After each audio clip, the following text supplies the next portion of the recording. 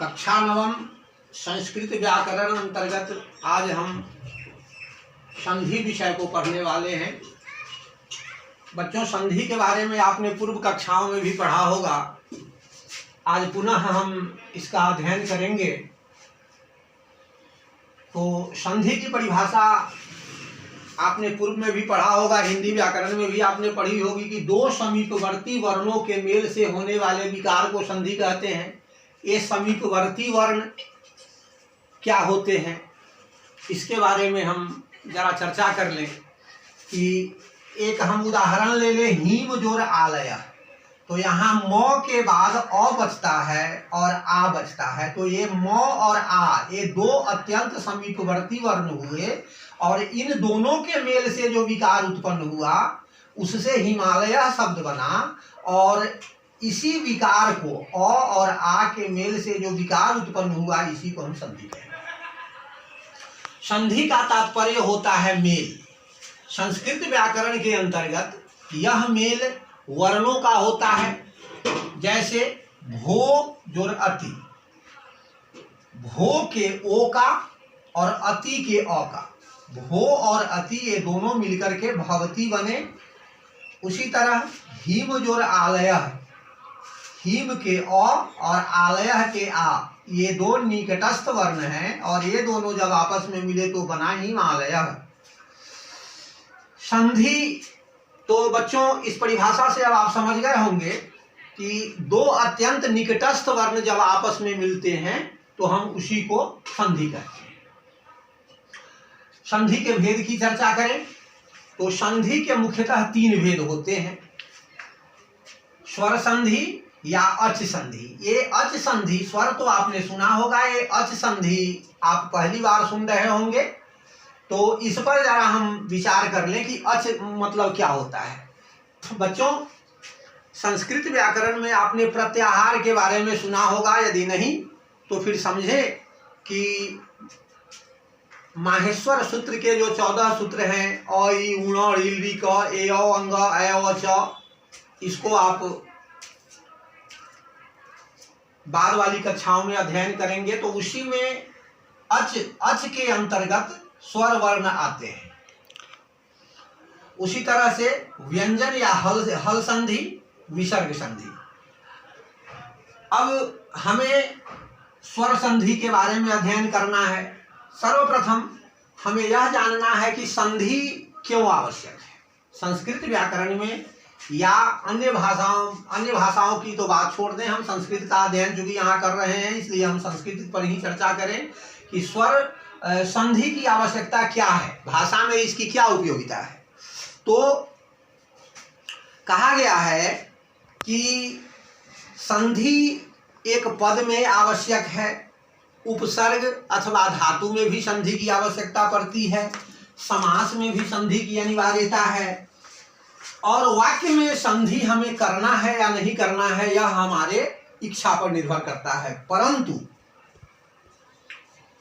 पद में, धातु में, उपसर्ग में और समास में तो अनिवार्य रूप से संधि का प्रयोग करना ही होता है। इसके लिए संस्कृत में एक श्लोक है कि संहितैक पदे नित्यम नित्यम धातुपसर्गयोः नित्या समासे वाक्ये तु सा विवेक्षाम अपेक्षते। इसका मतलब होता है कि एक पद में, उपसर्ग में, धातु में, समास में संधि का प्रयोग अनिवार्य होता है। वाक्य में संधि का प्रयोग हमारी इच्छा पर निर्भर करता है।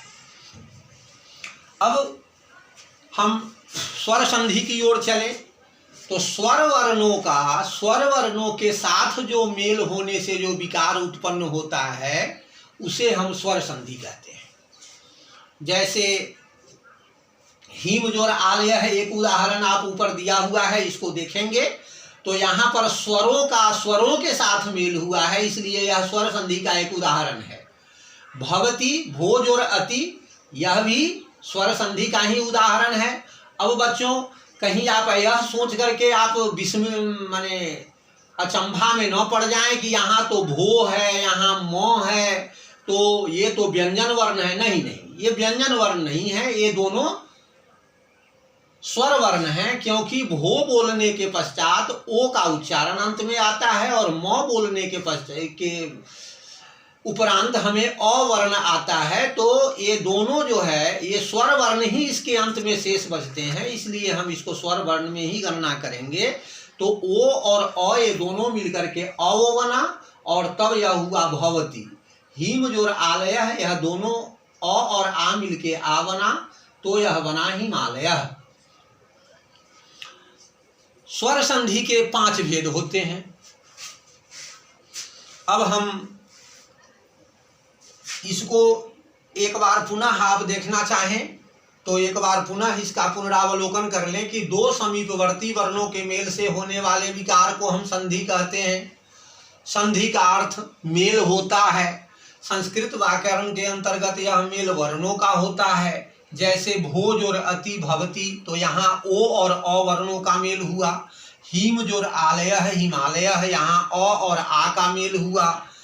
संधि के भेद, संधि के मुख्यतः 3 भेद होते हैं। स्वर संधि या अच संधि, व्यंजन संधि या हल संधि और विसर्ग संधि। स्वर और स्वर के 2 नाम आ गए, स्वर या अच। व्यंजन के भी 2 नाम हुए, व्यंजन या हल और तीसरा विसर्ग। अब हम लोग स्वर संधि की चर्चा करेंगे। स्वर के 5 भेद होते हैं। स्वर संधि के 5 भेद होते हैं। प्रथम भेद है गुण संधि। दूसरा, बंद कीजिए। हाँ तो बच्चों, अब हम स्वर संधि पर चर्चा करेंगे। संधि के भेद अंतर्गत स्वर संधि का पहला स्थान है। तो 2 स्वर वर्णों के मेल को स्वर संधि कहते हैं, अर्थात स्वर के पश्चात स्वर आने पर जो परिवर्तन होता है उसे स्वर या अच संधि कहते हैं। अर्थात 2 अत्यंत समीपवर्ती स्वर वर्ण जब आपस में मिलते हैं और उससे यदि कोई विकार उत्पन्न होता है तो उसी को हम स्वर संधि कहते हैं। स्वर संधि के 5 भेद कहे गए हैं। दीर्घ संधि, गुण संधि, वृद्धि संधि, यण संधि, अयादि संधि। आज हम प्रथम भेद को, स्वर संधि के प्रथम भेद को पढ़ लें। अकः सवर्णे दीर्घः, संस्कृत में एक सूत्र है जिसका तात्पर्य होता है कि अक प्रत्याहार अर्थात अ ई ह्रस्व ई ह्रस्व उ री और ली, इनके बाद यदि सवर्ण स्वर आवे तो उस दोनों के मेल से दीर्घ हो जाता है। अब ये सवर्ण शब्द क्या होता है, इस पर जरा ध्यान दें। तो बच्चों, आपने वर्णों का उच्चारण स्थान यदि पढ़ा होगा तब आप यह सवर्ण को समझ पाएंगे कि वर्णों के उच्चारण मुख के किसी खास भाग से होता है। जैसे अकुह विसर्जनीया नाम कंठः, इचुएसा नाम तालु, ऋतुर्सा नाम मूर्धा, लृतुलसा नाम दंतः, उपु पद्मानीया नाम ओष्ठौ, है ना। तो एक ही जगह से उच्चरित होने वाले, मुख के एक ही भाग से उच्चरित होने वाले जो वर्ण होते हैं उसको हम सवर्ण बोलते हैं। जैसे अ और आ दोनों का उच्चारण कंठ से होता है, इसलिए ये दोनों सवर्ण कहे गए।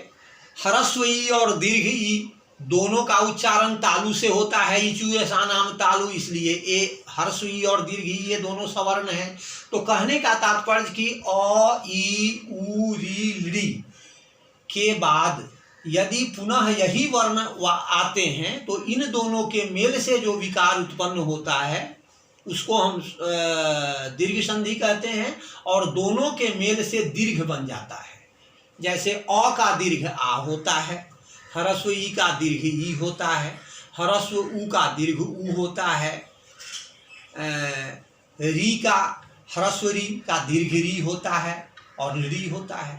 तो इसी को हम दीर्घ संधि कहते हैं। अर्थात अकः सवर्णे दीर्घः, माने अक प्रत्याहार के बाद यदि सवर्ण स्वर आते हैं तो दोनों के मेल से वह दीर्घ हो जाता है। जैसे हीम जोर आलय, तो अ के बाद आ वर्ण आया तो अ का दीर्घ आ ही होता है, इसीलिए दोनों के मेल से हिमालय बना। तो यह जो है दीर्घ संधि का एक उदाहरण है। आगे के भेदों को हम पुनः अगली कक्षाओं में पढ़ेंगे। तब तक के लिए नमस्कार।